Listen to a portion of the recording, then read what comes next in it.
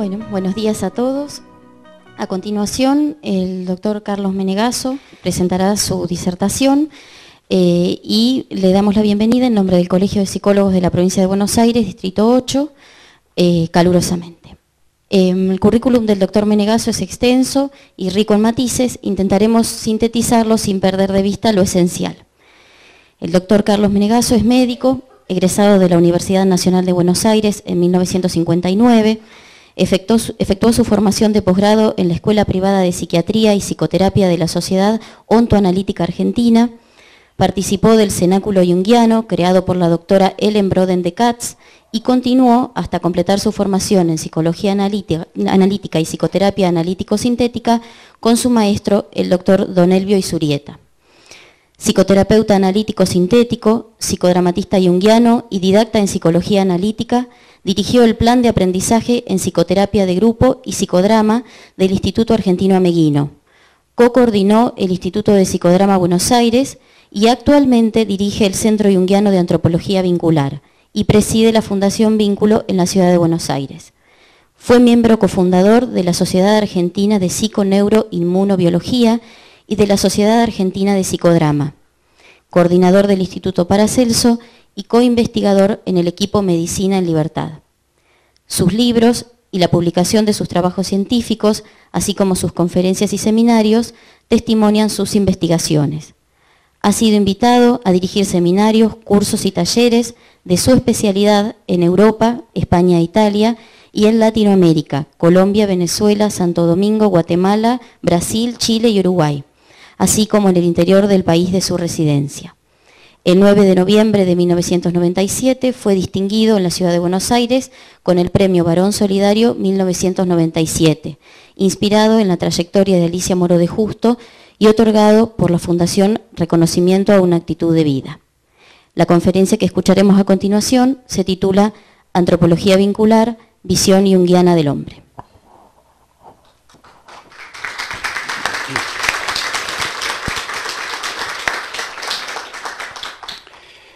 Por favor, saquen el 80% porque está agregado por amor, ¿sí? Dejen un 20%. Bueno, en primer lugar, me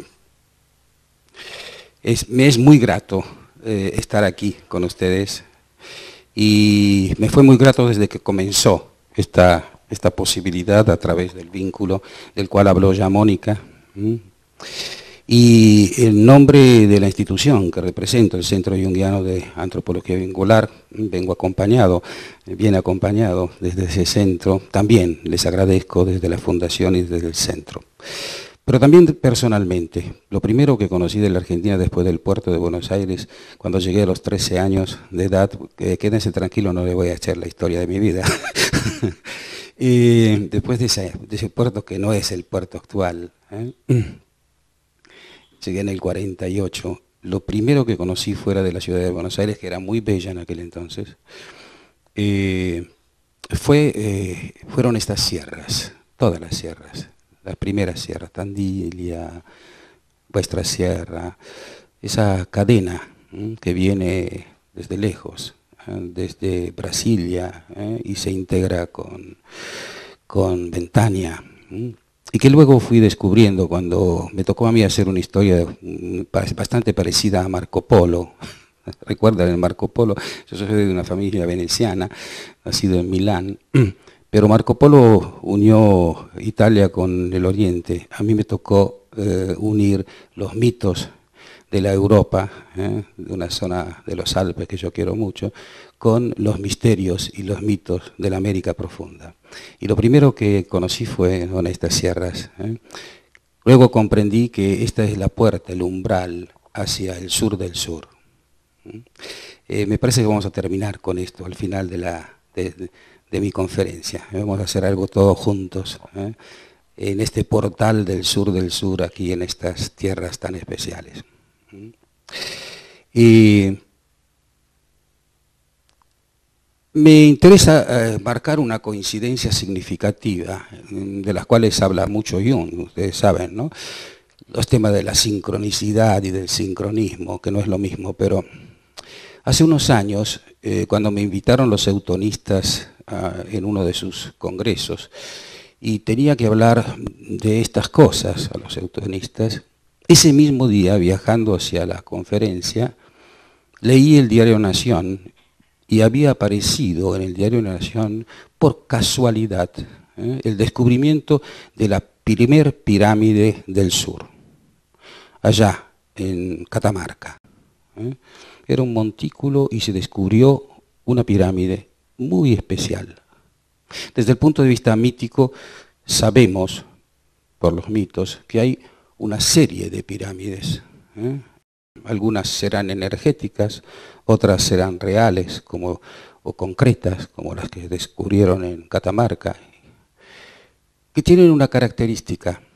En la parte superior de la pirámide, las pirámides americanas ustedes saben que son llenas, no son huecas como las pirámides egipcias.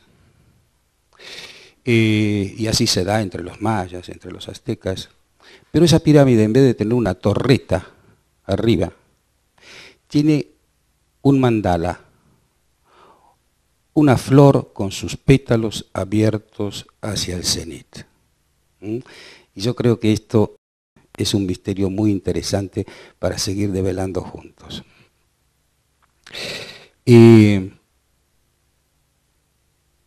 Mientras venía para aquí la semana pasada, porque antiguamente íbamos a hacer un trabajo la semana anterior, ¿verdad? Y coincidió con otra persona muy interesante, que vino a cantar con ustedes, muy querido, especialmente para los que tenemos un corazoncito socialista. Y la semana pasada apareció en Ñ un artículo muy interesante que seguramente ustedes deben haber leído, y los que no lo leyeron, por favor léanlo, escrito por Nante, un periodista que es el que se ocupa de la traducción al idioma castellano de las obras completas de Jung. Es un artículo para no perderlo. Y esto me parece, como aquella vez con los eutonistas, estas cosas que vienen del cielo o de lo significativo. Bueno, vieron que no le conté la historia de mi vida. Son tiempos difíciles, ¿verdad? Es inútil que, digamos, les explique por qué los estamos viviendo todos. Tiempos de confusión y tiempos de masificación. Magdalena Blaile, una epistemóloga que ya trascendió, muy amiga nuestra, conocida por Miguel Ángel, por los más viejos, especialmente por mí que soy el más viejo de esta mesa, epistemóloga, excelente epistemóloga, filósofa, tiene un libro que les aconsejo, es muy difícil conseguirlo, que se llama Nuestra incómoda libertad. Ella siempre nos apoyó, junto con la doctora Ellen Broden de Katz, que fue la que sembró el pensamiento junguiano en la Argentina, y se escapó de Viena en 1935. Mi colega dijo que yo estuve en el cenáculo de soy viejo pero no tanto. Yo nací en el 35 y la doctora Ellen viajó a la Argentina en el 35. Yo fui discípulo, la tenía como abuela, pero fui discípulo de Isurrieta. Pero ya en aquel entonces, cuando yo vine a la Argentina, en el 48 con toda mi familia, y ahora soy el único que se quedó religiéndose latinoamericano, había comenzado la Tercera Guerra Mundial, es la que ahora se ve. En realidad, cuando se armó la Guerra Fría y el muro, ya estaban. Ustedes saben que la Segunda Guerra Mundial comenzó con el Tratado de Paz de la Primera, y la tercera con el Tratado de Potsdam, ¿sí? Y ahora se está viendo, digamos, lo que antes fue la revolución industrial con sus aspectos positivos y negativos, ahora es la revolución cibernética, metidas además coincidiendo con la guerra, la Tercera Guerra Mundial y algunas guerras santas que se dan por ahí. De manera que tiempos difíciles y tiempo de masificación y de confusión. La doctora Blaile decía, y esto me interesa rescatarlo, y nos decía, aunque ella era muy parca en hablar, hablaban sus discípulos, decía un pueblo, para ser pueblo, necesita una sociedad sensible. Nosotros somos la sociedad sensible. ¿Qué es la sociedad sensible? La sociedad sensible es la argamasa, el cañamazo que mantiene un pueblo. Si no existe la sociedad sensible, si se pierde la sociedad sensible, se pierde el pueblo. El pueblo se transforma en masa. Pasa como el cuerpo. De esto se va a ocupar Miguel Ángel Tomasini dentro de un rato. El cuerpo susurra, dice o grita lo que la mente debería comprender. Esto es una frase que ya no sabemos de quién es, algo tengo en eso. El pueblo lo mismo, el pueblo susurre, dice o grita lo que los administradores deberían comprender. Pero cuando el cuerpo ulula, el cuerpo popular ulula, ya no es pueblo, ya es masa. ¿Cuál es la función de la masa crítica, como se llama por ahí? Yo prefiero llamarla, como decía la doctora Magdalena Braille, sociedad sensible, que es nuestro rol. La sociedad sensible es la que mantiene sus héroes, porque por más que las guerras sean estúpidas, los que mueren en las guerras son héroes. Y hay que honrarlos. Y por supuesto, para ser héroe no hace falta morir. En principio necesitaríamos muchos héroes que no mueran. Pobre de los pueblos que necesitan tales héroes, ¿no? Cuando decía un militar hace bastante poco, ¿no? Que pobre de los pueblos que no tienen héroes, de esos que mueren. La sociedad sensible mantiene el recuerdo de sus héroes, mantiene el recuerdo de sus santos, la gente buena. Recuerda a sus filósofos, recuerda a sus científicos, recuerda a los valores de su pueblo.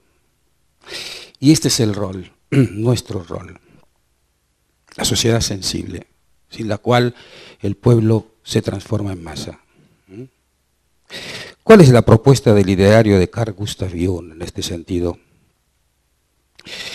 Carl Gustav Jung, ustedes saben que vivió en la época, nace en 1875, muere en 1961, de manera que cabalga crisis muy especiales en su época, ¿no? Prevé la Primera Guerra Mundial, en plena época de la Belle Époque, ¿no? Donde todos hacían como ahora, todo va bien con Coca-Cola, ¿sí? Y prevé el horror nazi, la Segunda Guerra Mundial, y deja enseñanzas para nosotros que estamos transitando esta Tercera Guerra Mundial. Él trabajó personalmente a través de sus crisis sobre sí mismo, siguiendo un poco el mandato. Tenía una formación muy especial, como buen suizo. Los suizos saben mucho más y los alemanes saben mucho más de los griegos que nosotros los italianos, que fuimos griegos. ¿Sí? Tiene una formación muy, muy especial. Pero él fundamentalmente responde al mandato órfico. Si quieres conocer la realidad, conócete a ti mismo. Este es el tema. En su preocupación para encontrar lo par en la relación terapéutica, de ir al encuentro del que sufre y no ser Herr Doctor, él comienza, además por sus crisis también, sus fenomenales crisis, ¿no? Las familiares, las personales, sus mitos, su pelea con Freud, etcétera, que le dolió mucho a los dos. Él trabaja sobre sí mismo y a partir del trabajo de oración que hace, descubre el inconsciente colectivo, descubre sus grandes descubrimientos. El inconsciente colectivo que hoy ya Jung no llamaría más inconsciente colectivo. Fue importante en su época este concepto, ya la llamaría como Sri Aurobindo, llamaría el inconsciente colectivo el camino hacia la supraconciencia. El camino hacia la escucha, los que creen en los ángeles, es la escucha del ángel. El camino hacia la escucha del sí mismo, de la rectoría profunda, o para decirlo en términos orientales, que influyó mucho en todo el pensamiento de los filósofos que sostenían a Jung y que abrevaban ya del Oriente, quizás sin decirlo, el camino del Zen, el camino del Tao, el camino que se hace a partir de lo que uno busca dentro de sí, ¿sí? Esto es lo que nos enseña, y al enseñarlo y al horadarse, descubre la máscara, los arquetipos, ¿sí? Esas fuerzas originarias que son más o menos el equivalente de lo que es lo instintual en el animal, ese hermano mayor que tenemos los animales, así como los hermanos mayores que los llamamos menores, porque somos soberbios los seres humanos, pero que en realidad son más viejos en la tierra y nos enseñan cosas tan importantes, y que es tan importante reencontrarnos con ellos, aprender de los árboles y de los minerales, aprender de esta sierra, de las sierras. Y él se trabaja y descubre entonces los complejos, que no es un concepto patológico el complejo, sino son características que sostenidas en los arquetipos hacen que de repente aparezcan en nosotros conductas autónomas, para bien y para mal, para lo positivo y para lo negativo, porque todas estas cosas se mueven en la polaridad de lo positivo y lo negativo. Y lo importante es poder atravesar la sombra a través de los aspectos de sombra que a uno le toca trabajar, para poder llegar acompañado del ánimos y del ánima, estos dos aspectos que conviven en cada uno de nosotros, pero fuerte el ánima en la interioridad femenina del varón, fuerte el ánimos en la interioridad masculina de la mujer, ¿sí? Que hoy está bellamente trabajado en textos que se lo